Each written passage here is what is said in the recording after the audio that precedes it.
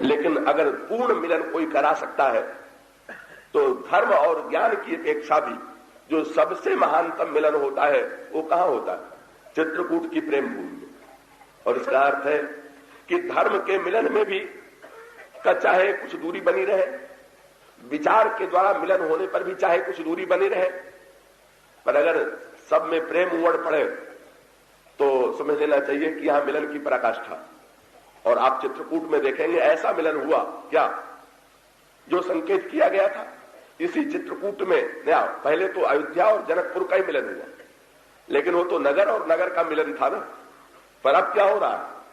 चित्रकूट में अयोध्या के लोग आए, मानो नगर और वन का मिलन हो गया। और नगर भी कौन? केवल अगर अयोध्यावासी आए होते तो एक बात थी, नहीं, अयोध्यावासियों के साथ साथ जनकपुरवासी भी आए हुए, तो मानो यहां त्रिवेणी बन गई का एक और अयोध्यावासी का एक और जनकपुरवासी और तीसरी ओर वनवासी सब मिल रहे हैं।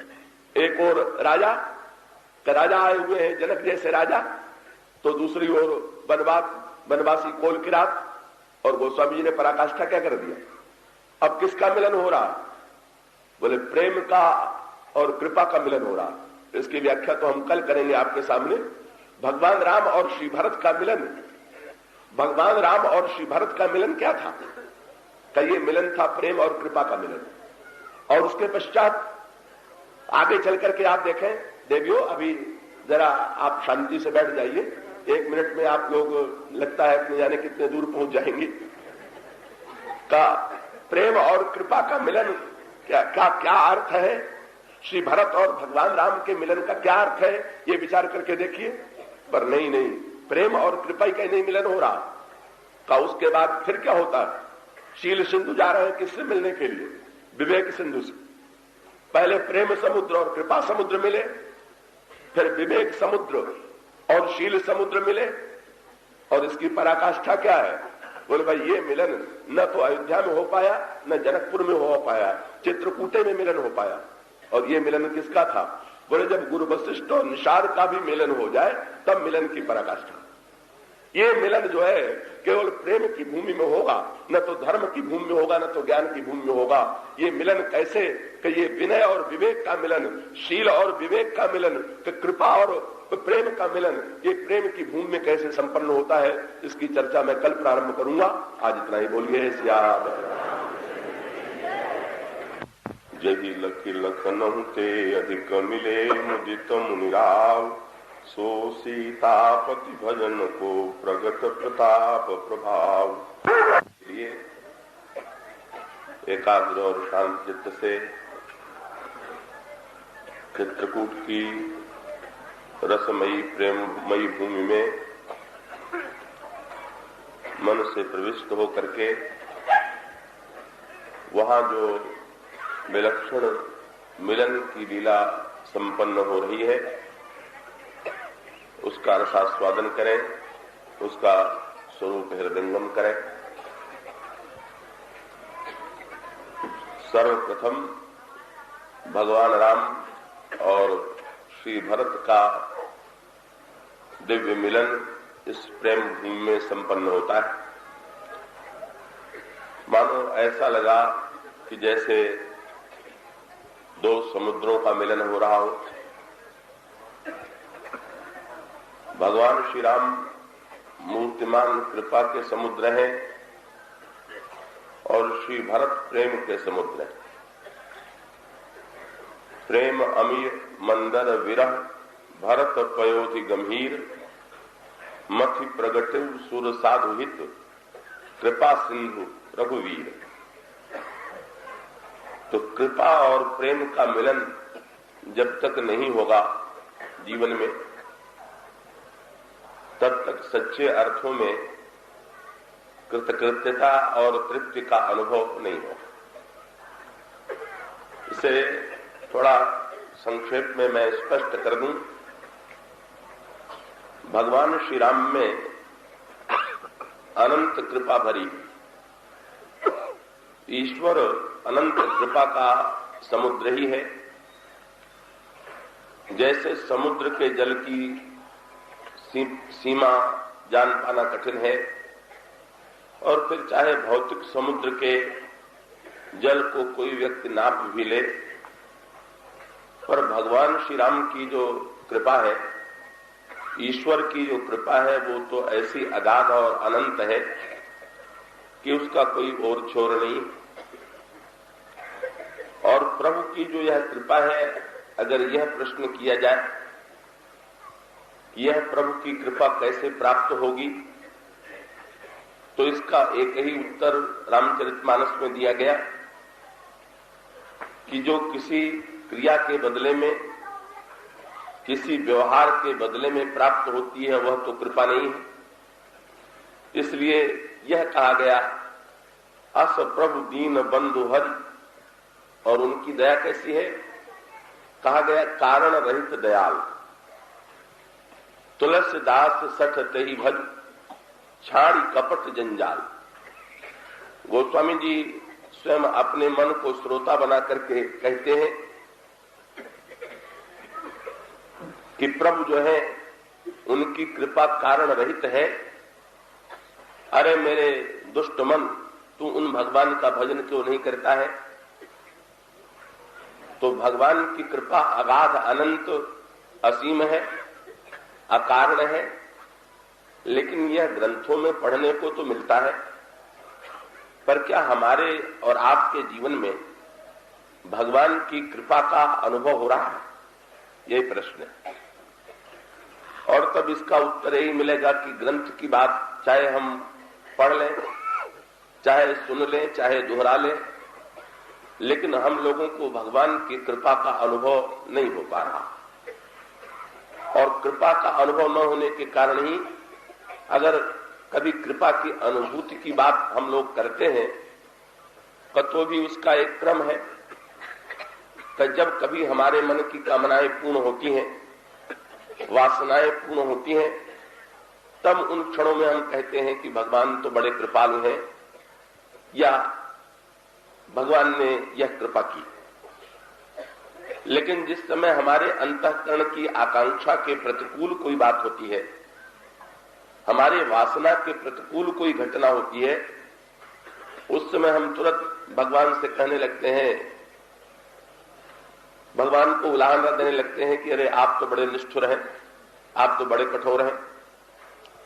और इस तरह से यदि विचार करके देखें तो कृपा का अनुभव तो होता है क्षणिक, और कोप का अनुभव होता है बड़ा लंबा।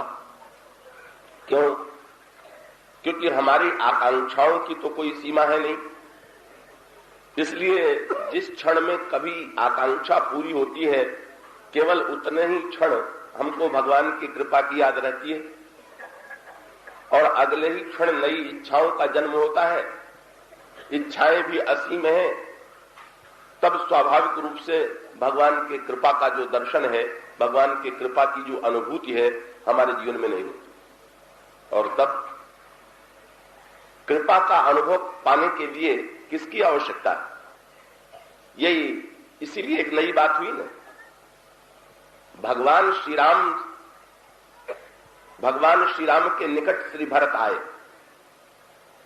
लेकिन श्री भरत ने प्रभु को दूर से ही प्रणाम किया, और उसके पश्चात प्रभु जो है वो श्री भरत के पास जाकर के श्री भरत को हृदय से लगा लेते हैं। यही कृपा और प्रेम का मिलन है। तो अगर इसको आप कविता से अलग करके विचारें तो इसका तात्पर्य ये हुआ कि जब तक व्यक्ति के जीवन में प्रेम का उदय नहीं होगा, जब तक प्रेम नहीं आवेगा, तब तक भगवान चाहे कितनी भी कृपा न क्यों न करते रहें, कभी कृपा नहीं लगेगी। और एक अनोखी बात, और कहीं अगर प्रेम आ जाए तो ठीक उल्टी बात हो जाती है।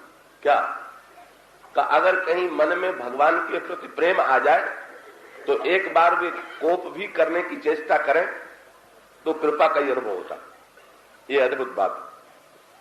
प्रेम का अभाव होने पर कभी कभी कृपा में कोप की अनुभूति होती है, और प्रेम का उदय हो जाने के पश्चात कोप में भी कृपा की अनुभूति होती है। और इसका स्पष्ट अनेक प्रसंगों में दृष्टांत दिखाई देता है कि देवर्षि नारद के जीवन में उसका क्रम संकेत है का एक क्षण ऐसा आता है जब वे भगवान की कृपा की प्रशंसा करते हुए दिखाई देते हैं। तो काम के विजय के पश्चात जब जीत लिया तो नारद ने तुरंत हाथ जोड़ करके कहा, कृपा तुम्हारी सकल भगवाना। महाराज यह तो सब आपकी ही कृपा, पर इस समय कृपा की अनुभूति उनको हो रही है क्या? नहीं, इस समय तो केवल प्रतिदान चुकाने की आकांक्षा। और इसका अभिप्राय यही है कि यदि प्रभु मेरी प्रशंसा कर रहे हैं तो मुझे भी तो बदले में प्रशंसा करना चाहिए। जब ये प्रशंसा करने में इतने उदार हैं तो मुझे भी इनको श्रेय देने में संकोच क्यों हो? इसलिए कृपा का नाम ले लेते हैं। लेकिन कृपा की अनुभूति भीतर नहीं है, वाणी में। तो इसका अर्थ यूं ले लें, भीतर अनुभूति कब होगी? दृष्टांत के रूप में आप यूं लें कि अगर यह प्रश्न किया जाए कि मेघ से जल पाने का क्या उपाय, कौन सा स्तोत्र पाठ करने पर या कौन सी प्रार्थना दोहराने पर मेघ जल देता है, तो इसका उत्तर यही है कि कभी कभी तो आप मेघ की प्रार्थना करते रहिए फिर भी जल नहीं देता। और आपको कई बार ऐसा भी दिखाई देगा कि आप चाहे मेघ को देख करके बादल छा जाए और आप गाली देने लगिए तो क्या आप समझते हैं कि बादल नाराज होकर लौट जाएगा कि ये तो मुझे गाली दे रहा है इसलिए इसको जल न दे? इसका अर्थ है चाहे आप बादल की प्रशंसा करें और चाहे निंदा करें, जल देना मेघ का स्वभाव है। कब वो किसी कारण से जल नहीं देता है, अपनी प्रकृति से बाध्य होकर के जल देता है। लेकिन वो जो जल है मेघ के द्वारा दिया तो जाता है बिना कारण, पर क्या उसकी उपलब्धि समान होती है क्या? और यही उत्तर है कि नहीं। तो वही जल गंदी भूमि में बरसा, जल गंदा हो गया, और वही जल स्वच्छ भूमि में बरसा और स्वच्छ का स्वच्छ रहा आया। तो वही जल कहीं फर्श पर गिरा और क्षण भर में गिरा और बह गया, और वही जल कहीं किसी बर्तन में आया और स्थिर हो गया। इसका अर्थ क्या हुआ कि अगर बुद्धि में मलिनता है तो भगवान की कृपा का जल, भगवान की कृपा भगवान मेघ की तरह है और उनकी कृपा जल की भांति है। और भगवान अपनी कृपा के जल की कैसी भी वर्षा क्यों न करे, पर जब हमारी बुद्धि वासना से मलिन होती है, हमारा अंतःकरण मलिन होता है, तो भगवान की कृपा भी हमको मलिन रूप में दिखाई देती है, वास्तविक रूप में नहीं दिखाई देती। और जब हमारा अंतःकरण शुद्ध होता है तो भगवान की कृपा का अनुभव हमें अपने वास्तविक रूप में होता है। पर वास्तविक रूप में होने के बाद भी स्थिर रहने के लिए क्या चाहिए? केवल स्वच्छता ही नहीं चाहिए। अगर फर्श बहुत स्वच्छ हो तो ऊपर से जल की वर्षा हुई और जल गंदा नहीं हुआ, लेकिन फर्श पर गिरा और बह करके फिर ज्यों का त्यों चला गया। कैसी प्रकार से शुद्ध बुद्धि के द्वारा तब व्यक्ति ने भगवान की कृपा का अनुभव किया, पर हृदय में गहराई न होने पर कब वो कृपा की अनुभूति क्षण के सिद्ध हुई, क्षण भर में आई और उसके पश्चात बह गई, तो उसके लिए आवश्यकता किस बात की है कि बर्तन जो है, पात्र जो है, अगर होगा तभी उसमें जल, वर्षा का जल, पात्र स्वच्छ हो और उसमें स्थान हो। दो बात, पात्र स्वच्छ होने के साथ साथ उसमें स्थान होने की आवश्यकता है। मान लीजिए कोई घड़ा है, आप पानी बरस रहा हो, पर घड़े को आपने भर दिया किसी और वस्तु से, आपने रख दिया, उसमें जल की बूंद नहीं आई, तो घड़े को खाली करके रखना आवश्यक है। लेकिन घड़ा खाली होने पर भी कभी कभी जल नहीं आता। कब आप खाली घड़े को रख दीजिए उलट करके, तो चाहे जितना मेघ जल की वर्षा करे एक बूंद पानी नहीं आवेगा। और उल्टा करके व्यक्ति कब रखता है, जरा इस पर आप विचार करके देखें। जब आप सीधा करके रखेंगे घड़े को तो दिखाई देगा कि छेद है और खाली, और उल्टा करके रख देंगे तो न छेद दिखाई देगा न खाली दिखाई देगा। और इसका अर्थ है जो भगवान के सामने अपने दोषों को छिपाता है और अभाव को अस्वीकार करता है, उसको भगवान की कृपा का अनुभव कभी नहीं होता। छिद्र जो है तो वो दोष का प्रतीक है और खाली घड़ा जो है अभाव का प्रतीक। और इसका अर्थ है कि जिस व्यक्ति को अपने जीवन में कमी का अनुभव हो रहा है, दोषों का अनुभव हो रहा है, का वही व्यक्ति भगवान की कृपा को ठीक ठीक ग्रहण कर पाता। और जब किसी व्यक्ति में अहंकार आ गया तो अहंकार आ जाने का तात्पर्य यह है कि उसका हृदय अहंकारी व्यक्ति जो है होता तो खाली, पर वो अपने अंतःकरण को ऐसा उल्टा करके रखता है कि उसमें कृपा का कोई जल जो है आता ही नहीं है, क्योंकि वो लोक दृष्टि से अपने अभाव को स्वीकार करना नहीं चाहता। और यही ठीक स्थिति हो गई देवर्षि नारद की। जब अंतःकरण में अहंकार आ गया तो अपनी कमी, अपने अभाव की अनुभूति नहीं दिखाई दे रही है। और उसके पश्चात भगवान को लगता है कि नारद यद्यपि वाणी से मेरे कृपा की चर्चा कर रहे हैं, पर उस वाणी की अनुभूति, जिह्वा पर तो वाणी की अनुभूति और हृदय में अहंकार की अनुभूति है, और उसका अर्थ होना उल्टा चाहिए। वाणी के द्वारा तो बोलते समय कई बार ये भाषा में बोलना ही पड़ता है कि मैंने ये किया या मैं ऐसा कह रहा हूं, लेकिन ये तो केवल व्यवहार के लिए मैं शब्द का प्रयोग किया जाना चाहिए। का अंतःकरण में तो निरंतर अनुभूति होनी चाहिए कि इस मैं के पीछे प्रभु की कृपा ही कार्य कर रही है। लेकिन जब कृपा तो आ जाए वाणी पर और मैं आ जाए हृदय के भीतर तो उल्टे हो गया। और परिणाम क्या हुआ कि देवर्षि नारद भगवान को पहले कृपा में कहते हैं, लेकिन एक दिन ऐसा आया और बहुत जल्दी आया कि जब भगवान को सामने देख करके उन्होंने कहा, तुरंत कहने लगे, बोले कपटी स्वार्थ साधक कुटिल तुम सदा कपट व्यवहार, तुम बड़े स्वार्थी हो, तुम बड़े कुटिल हो। भगवान ने कहा कब से ये बातें आई हैं, क्योंकि आपने अभी कल ही कहा था मुझसे कि बड़े कृपा में है, और आप कह रहे हैं कि आज कह रहे हैं कि मैं बड़ा स्वार्थी हूं और मैं कुटिल हूं। नारद जी ने कहा, वो तो मैंने केवल शब्द से कह दिया था, तुम तो पुराने कुटिल हो, पुराने स्वार्थी हो। और ये बहुत बड़े पते की बात क्या कि हम लोग भगवान को कृपा में कहते हैं, लेकिन जिस समय कभी उल्टा हमारे वासना और मन के प्रतिकूल कार्य हो जाता है, का उस समय हम उसी समय भगवान को बुरा नहीं कहते, अब तो सारी पुरानी कृपाएं भी भूल जाते हैं। भगवान क्या क्या हम पर कृपा कर चुके हैं, कितनी करुणा कर चुके हैं, कि इस बात की भी विस्मृति हमको हो जाती है, जैसे नारद को विस्मृति हो गई। यही याद रहा कि सारे इतिहास में उठा करके देखें तो तुमने सबको केवल ठगई है, अगर मुझे ठग लिया तो क्या आश्चर्य। क्यों? यही है नारद के अंतःकरण की वासना। तो नारद के जीवन में तो एक क्षण भर के लिए लीला में आया, पर हम लोगों के जीवन में तो निरंतर यही खेल चलता रहता है। वाणी पर प्रभु की कृपा का नाम, अंतःकरण में अहंकार, और जो ही हमारे हृदय के प्रतिकूल कोई कार्य होता है तो ही भगवान को हम कुटिल कठोर कह करके उनकी आलोचना करते हैं, उनकी निंदा करते हैं। तब एक ही उपाय, और इसीलिए भगवान राम ने श्री भरत एक समुद्र दूसरे समुद्र के पास गया और समुद्र ने समुद्र से मांगा, तो इसका अर्थ हुआ कि समुद्र तो स्वयं पूर्ण है, उसे दूसरे किसी से मांगने की क्या आवश्यकता है।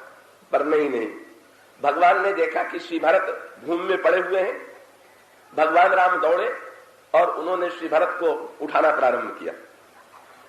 श्री भरत उठना नहीं चाहते हैं। श्री भरत का तात्पर्य है कि प्रभु आप तो पूर्ण हैं, आपको किसी वस्तु की आवश्यकता नहीं है। झुक करके उठाने वाला व्यक्ति तो अभावग्रस्त होता है, आप तो पूर्ण है, आपको भला मेरी क्या आवश्यकता, आप तो अपने में पूर्ण है।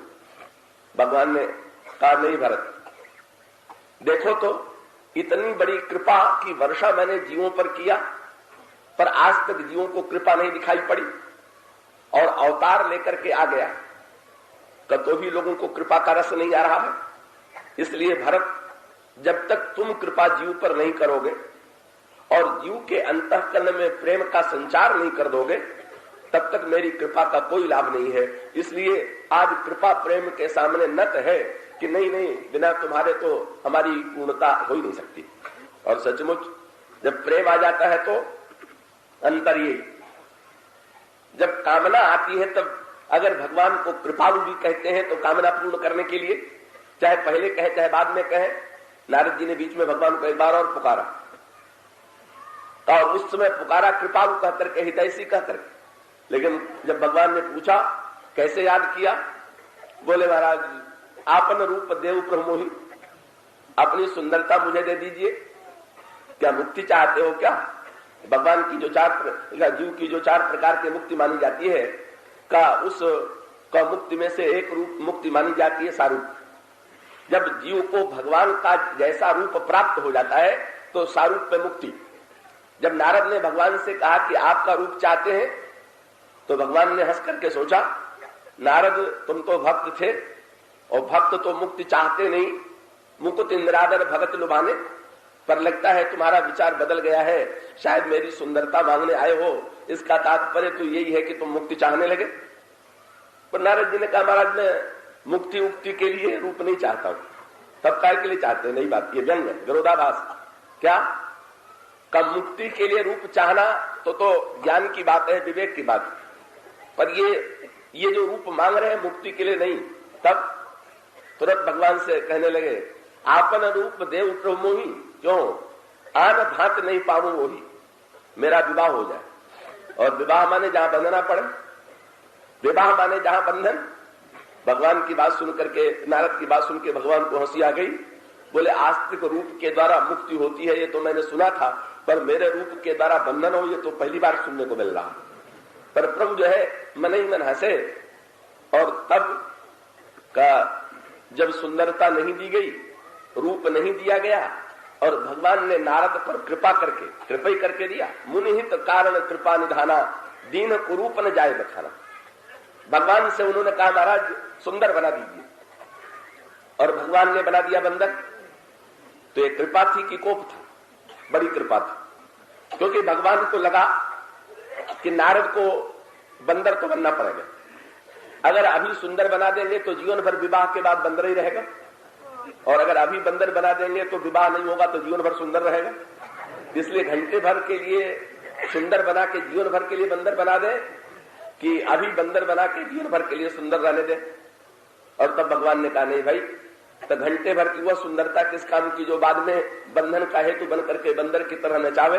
नारी विवश नर सकल गोसाई, नाचे ही नट मरकट की नाई। इसलिए भगवान ने तुरंत नारद पर कृपा करके उनको कुरूपता दे दिया। पर भगवान की कृपा की अनुभूति तो नारद को नहीं हुई। क्यों नहीं हुई? क्योंकि उस समय अंतःकरण में प्रेम की अनुभूति नहीं थी। अहंकार का उदय हो चुका था, वासना का उदय हो चुका था, स्वार्थ का उदय हो चुका था। और यहाँ प्रेम, श्री भरत ये मूर्तिमान प्रेम है। भरत ही कहीं सराही सराही, राम प्रेम मूर्ति तनुआही।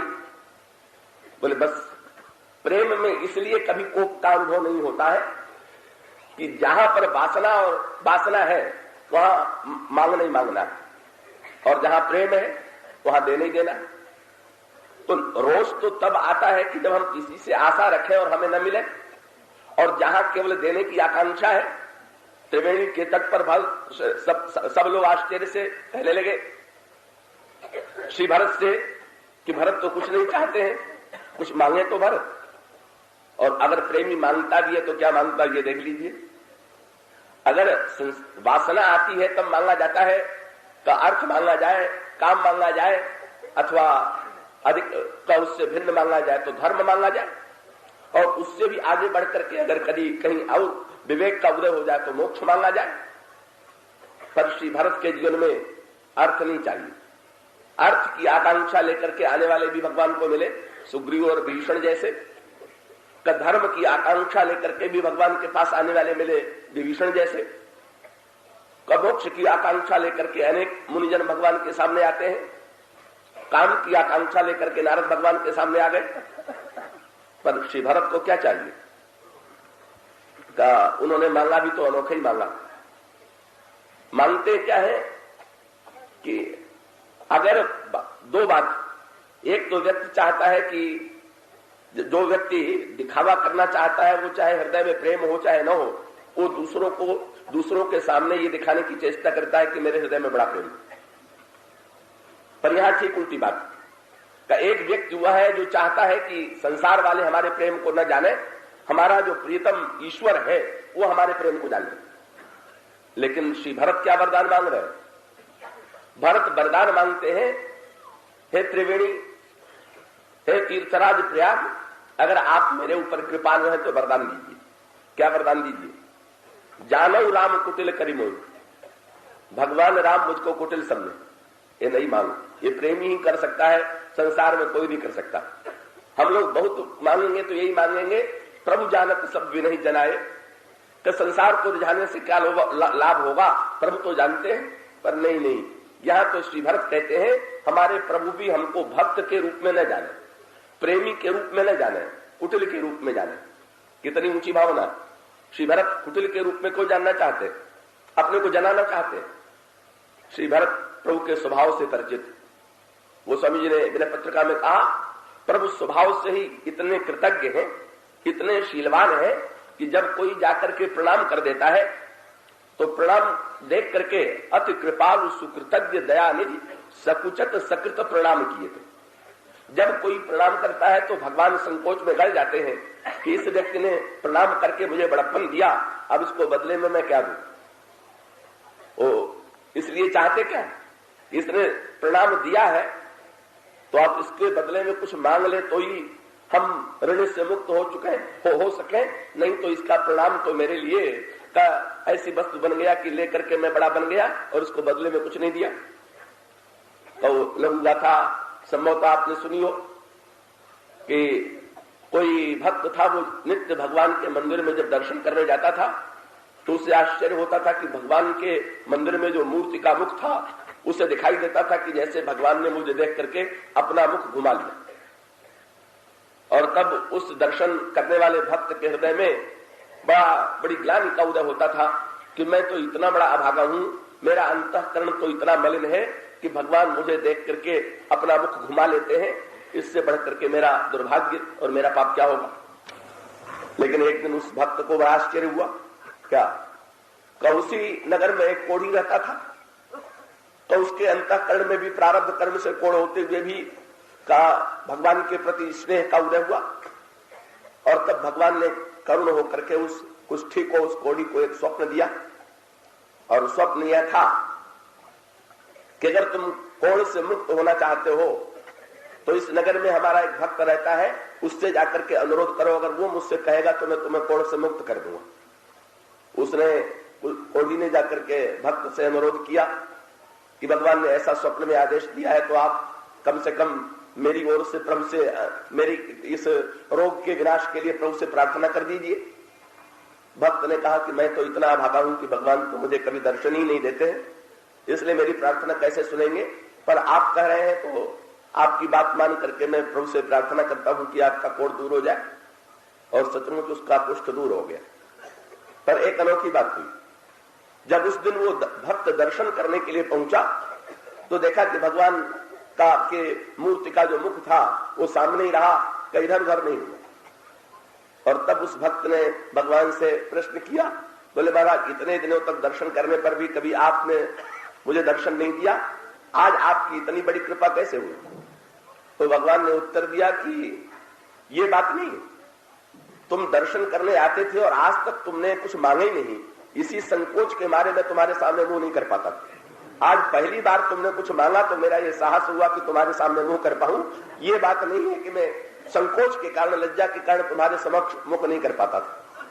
श्री हनुमान जी आए तो गोस्वामी जी ने कहा, प्रभु ने हनुमान जी से यही वाक्य कहा, क्या प्रति उपकार करम का तोरा, तब बोले सन्मुख हो न सकत मन मोरा।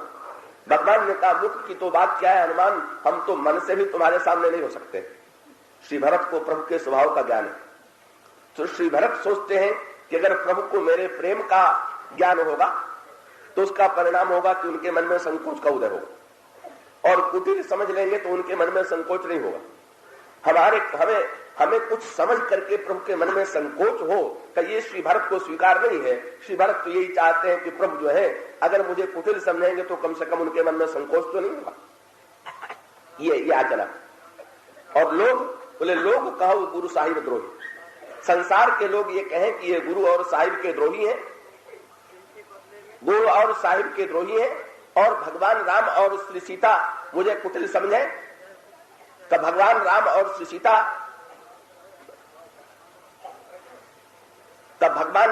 श्री सीता मुझे कुटिल समझे, पर मेरे अंतःकरण में क्या हो।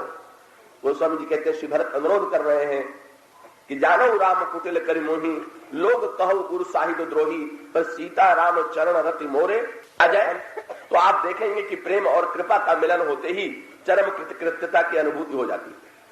वो प्रेम क्या है? श्री भरत दृष्टांत देते हैं जलद मेघ और चातक का।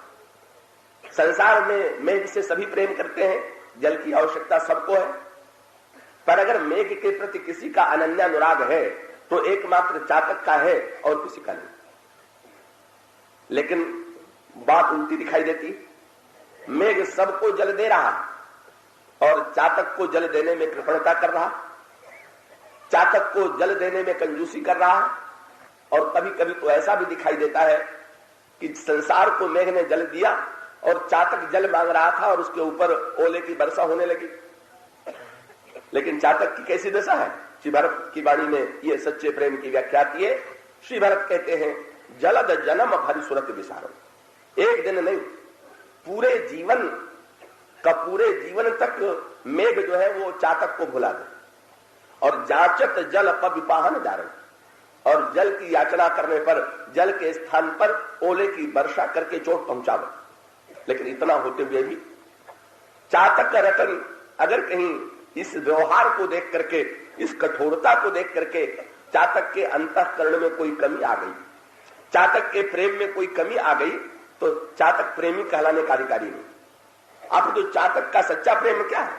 बोले सच्चे चातक का प्रेम तभी होगा जलद जन्म भरी सूरत विसारऊ, जांचत जल पविपाहन दारऊ, चातक रटनी घटे घटी जाई, लेकिन बढ़े प्रेम सब भांति भलाई। अगर चातक का रटना घट गया तो प्रेम की मर्यादा चली गई। नहीं, प्रेम की मर्यादा तो इसी में है कि जो जो कठोर व्यवहार होता जाए तो बढ़ता जाए। कैसे? ये तो व्याख्या की बात है, और ये व्याख्या, कृपा की व्याख्या, स्नेह की व्याख्या प्रेमी जैसा करता वैसा कोई नहीं करता। और लोग क्रिया देख करके कृपा का निर्णय करते हैं, और प्रेमी का मेघ सारे संसार को जल दे रहा था और चातक को जल नहीं दिया। और चातक जो है वो प्यू प्यू की पुकार लगाए हुए था। किसी कवि ने चातक से कहा, कितने पगले हो तुम, कितना एकांगी तुमसे प्रेम है। बोले चातक तुम्हारा प्रेम एकांगी है। साहित्य में दो तरह का प्रेम माना जाता है, जहां दोनों ओर से प्रेम हो वहां पूर्ण प्रेम, और जहां पर एक ओर से प्रेम किया जाए और दूसरी ओर से उत्तर न मिले का वहां पर एकांगी प्रेम। तो एकांगी प्रेम के जो दृष्टांत तो साहित्य में दिए गए हैं, तो उसमें जैसे पतंग का दीपक के प्रति प्रेम है, एकांगी है। पतंग दीपक से प्रेम करता है पर दीपक पतंग से प्रेम नहीं करता है। चकोर और चंद्रमा का प्रेम एकांगी है, चकोर चंद्रमा से प्रेम करता है पर चंद्रमा चकोर से प्रेम नहीं करता है।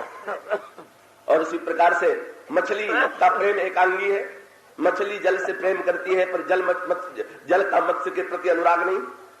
और इसी एकांगी प्रेम के दृष्टांत में कवियों ने कहा कि चातक और मेघ का प्रेम भी एकांगी का, मेघ प्रेम नहीं करता है और चातक करता है। लेकिन केवल श्री भरत के चरित्र में और गोस्वामी जी के दोहावली रामायण में इस धारणा का खंडन किया गया और यह कहा गया कि भले ही कवियों की दृष्टि में और संसार की दृष्टि में चातक का प्रेम एकांगी हो, पर अगर कहीं चातक को भी ये लगने लगे कि मेरा प्रेम एकांगी है, तब क्या होगा? तब तो उसमें अभिमान हो जाएगा कि मैं कितना महान हूं कि ये मेरे साथ प्रेम नहीं करता पर मैं अपनी ओर से प्रेम निभा रहा हूं।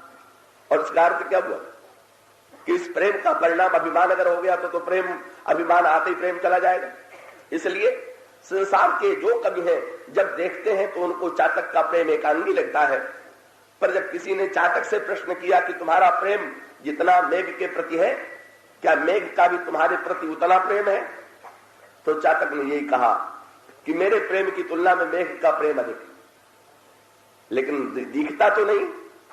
चातक ने कहा यही और मुझ में और मेघ में अंतर है कि मैं प्यू प्यू की रट करके अपने प्रेम का दिखावा कर देता हूं और मेघ अपने प्रेम का दिखावा नहीं करता है। और कोई अंतर नहीं है प्रेम के अंतःकरण, मेघ के अंतःकरण में प्रेम है, मेरा प्रेम शायद वाणी में। किसी ने व्यंग किया, अगर मेघ का तुम्हारे प्रति इतना प्रेम होता तो चारों ओर जल बांटता फिर रहा है, केवल तुम्ही को जल न देता। तुरंत चातक ने उत्तर दिया, नहीं आप समझ नहीं पाए, सबको दे रहा है मुझे नहीं दे रहा है, इसी में तो अपनत्व की पराकाष्ठा। चातक ने कहा घर में कोई अतिथि आ जाए, मेहमान आ जाए तो क्या करेंगे? चाहे अपने घर वाले भूखे रह जाए पर मेहमान को खिला देंगे और जो बचेगा उसे बांट के खा लेंगे। मेघ ने कहा कि संसार ये चातक ने कहा कि मेघ सारे संसार को पराया मानता है, इसलिए जल बांट रहा, और मुझसे इतना अपनापन मानता है कि जानता है कि ये तो अपने हैं, बचेगा तो दे देंगे, नहीं तो नहीं देंगे, कोई बात नहीं। परिणाम क्या हुआ? चातक के मन में तो निरंतर मेघ की इस व्यवहार को देख करके प्रेम बढ़ता जाता।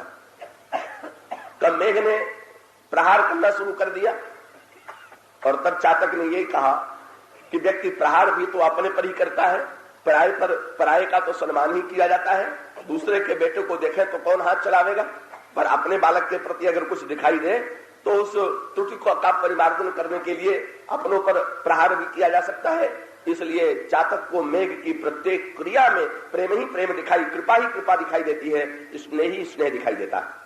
और यही व्यक्ति के जीवन में श्री भरत जैसा जब चातक प्रेम, अनन्य प्रेम जीव के अंतःकरण में आ जाता है, तब भगवान चाहे कृपा करें और चाहे कोप करें, कृपा में तो कृपा का अनुभव होता ही रहता है, पर कोप में भी भगवान की ही कृपा का अनुभव होता है। इसलिए श्री भरत के चरित्र का दर्शन क्या है? श्री भरत चित्रकूट की ओर जा रहे हैं। किसी ने पूछ दिया श्री भरत से, आप प्रभु की शरण में जा रहे हैं? श्री भरत जी ने कहा बिल्कुल नहीं, प्रभु की शरण में जाने योग्य तो मैं हूं ही नहीं, तब किसकी शरण में जा रहे हैं? श्री भरत का वाक्य तो सुनिए। श्री भरत कहते हैं, किसी ने कहा कि अगर भगवान राम की शरण में नहीं जा रहे हैं तो चित्रकूट तो जा ही रहे हैं। आपको क्या विश्वास? जब आप भगवान राम के पास पहुंचेंगे तो भगवान राम आपका सम्मान करेंगे कि अपमान करेंगे? अंतर है। अंतर क्या है? विभीषण भी भगवान राम की शरण में जा रहे हैं, पर वे कल्पना कर रहे हैं कि जब मेरे आगमन का समाचार भगवान राम सुनेंगे तो मुझसे क्या व्यवहार करेंगे। गीतावली रामायण में गोस्वामी जी ने कहा, महाराज राम पह जाऊंगो, और जब मैं पहुंचूंगा तो क्या होगा? शरणागत सुनी बेगी बोली है। जब भगवान ये सुनेंगे कि मेरी शरण में विभीषण आया हुआ है तो वो बिल्कुल विलंब नहीं करेंगे, तुरंत मुझे बुलवा लेंगे। शरणागत सुनी बेगी बोली है, और तब मैं निपट ही सकुचाऊंगो, और मैं संकोच के मारे जब प्रभु जल्दी से बुलावेंगे तो मैं संकोच में गड़ जाऊंगा, और गड़ जाने के बाद जब मैं भगवान के चरणों में पहुंचूंगा तो भगवान क्या करेंगे? धरी है नाथ हाथ माथे,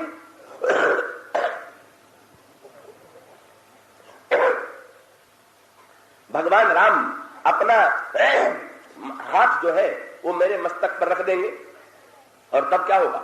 बोले यही ते कछ के ही लाभ अघाऊंगो, और सपनों सो न कछु अपनो लख, लघु लालच न लुभाऊंगो, कहीं हो बलि रोटिहार आवरो, और बिनु मोल ही बिकाऊंगो, तब तुलसी पट उतरे ओढ़ियो, उबरी जूठन खाऊंगो, महाराज राम पह जाऊंगो। ये भी एक भावना। लेकिन श्री भरत की भावना, श्री विभीषण के मन में तो निश्चय है ना कि भगवान सम्मान करेंगे और तुरंत बुला लेंगे। श्री भरत ने कहा दोनों हो सकता है क्या? तब मेरी ओर देखेंगे तो अपमान करेंगे, और अपनी ओर देखेंगे तो सम्मान करेंगे। तो महाराज तब भी तो अंतर पड़ जाता है। किसी का सम्मान कीजिए उसको प्रसन्नता होती है, किसी का अपमान कर दीजिए उसको क्षोभ का अनुभूति होती है।